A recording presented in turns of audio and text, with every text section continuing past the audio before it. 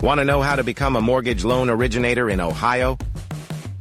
Here's a step-by-step guide for Ohio MLO licensing.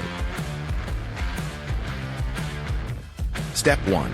Start and complete an NMLS-approved mortgage loan originator course, plus our 4-hour Ohio MLO laws course.